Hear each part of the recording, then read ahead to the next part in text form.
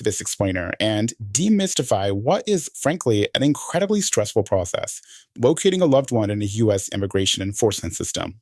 If you or someone you know is ever faced with this situation, the sheer amount of bureaucracy can feel completely overwhelming. It's like a giant puzzle.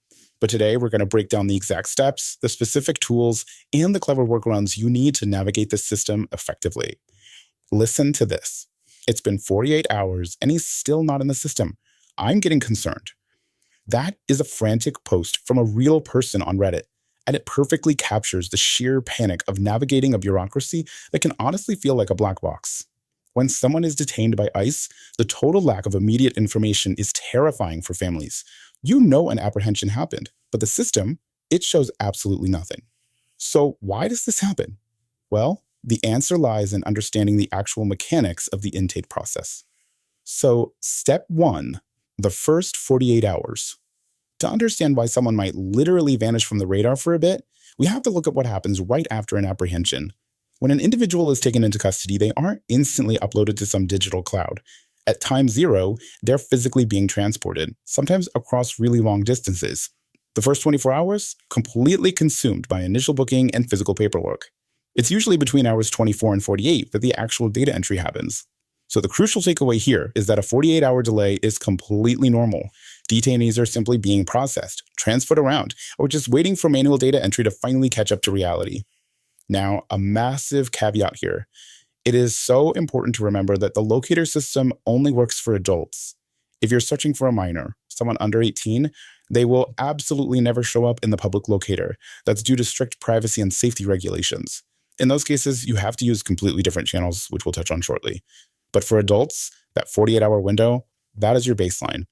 Moving on to part 2, gathering essential detainee information. Okay, what's really interesting about this next phase is that your success depends entirely on the exact information you gather beforehand. Enter the A number, or alien registration number. This specific, unique 9-digit code is the absolute golden key to finding your loved one quickly and accurately. Think of it like a social security number that's just for the immigration system. If you have this number, your search becomes infinitely easier, mainly because it entirely bypasses all the spelling errors and name mix-ups that inevitably happen. So where do you actually find this thing? Well, you can grab this 9-digit number off of basically any official immigration paperwork.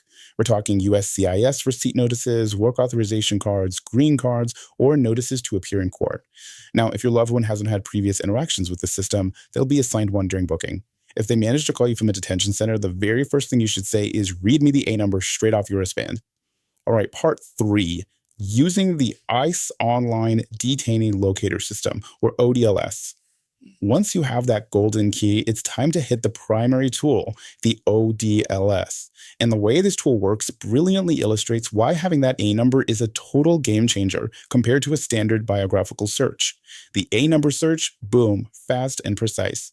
The biographical search, though, requires the exact first name, last name, date of birth, and country of birth.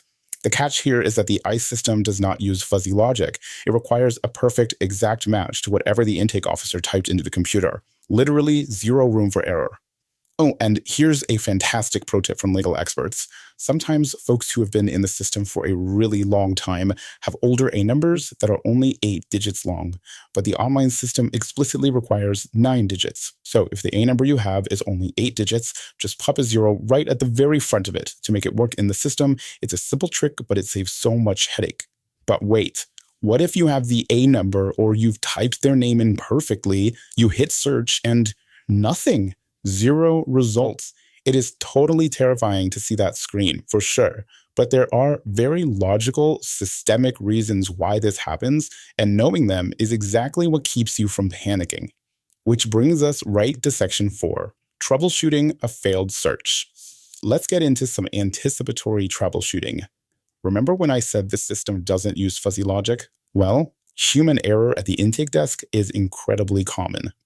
A lot of ICE booking officers might not be super familiar with Hispanic naming conventions, which often use multiple last names.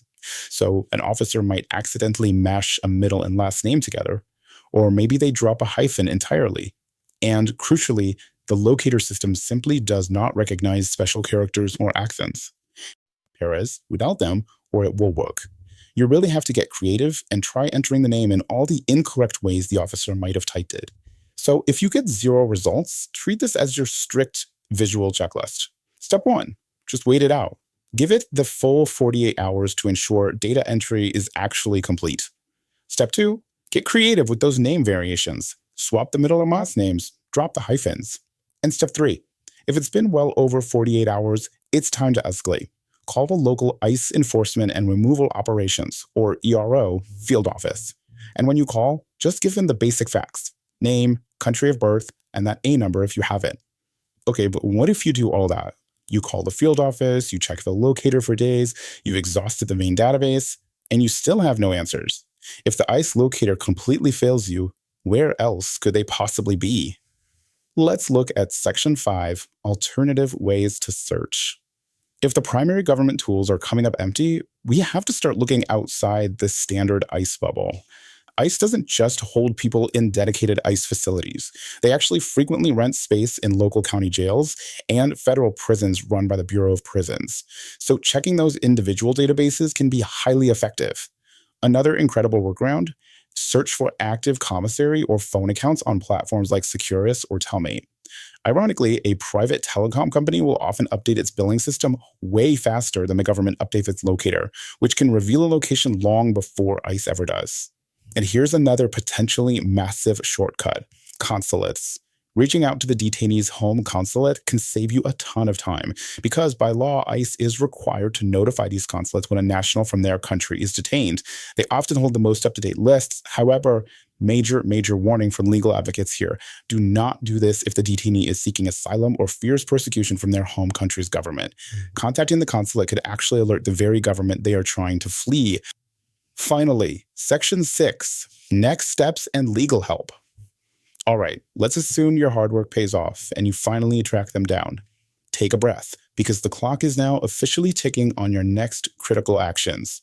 First things first, write everything down immediately: the facility name, the exact address, and whatever internal ID number they were assigned. Second, establish a line of communication. Every single facility has different rules for setting up phone accounts and visitation, so find out what platform that specific jail uses. And step 3, get professional legal eyes on the case immediately. Look at what the legal experts say. Early legal contact is usually the most effective way to protect rights and options, and they hit the nail on the head there. Navigating the sheer complexity of immigration law is not something you should ever do alone once your loved one is found. Getting an attorney involved early can prevent simple missteps, help facilitate communication, and figure out if the detainee is eligible for a bond hearing to secure their release while the case proceeds. Actually, taking a step back, it's absolutely vital to be aware of rights before anyone even ends up in the system. Remember, whether you are a US citizen or not, you always have constitutional rights during a public street encounter. This includes the fundamental right to remain silent and not answer questions about where you were born or your immigration status. You also have the right to politely ask the officer, "Am I being detained or am I free to go?" And hey, if they say you're free to go, you can calmly just walk away. We've seen today just how fast someone can vanish into the paperwork and how incredibly stressful those first 48 hours are. So the ultimate question isn't just, are you ready? It's, if this happened tomorrow, could you navigate the black box to find the person you love most? Don't wait for an emergency to hit. Take control today.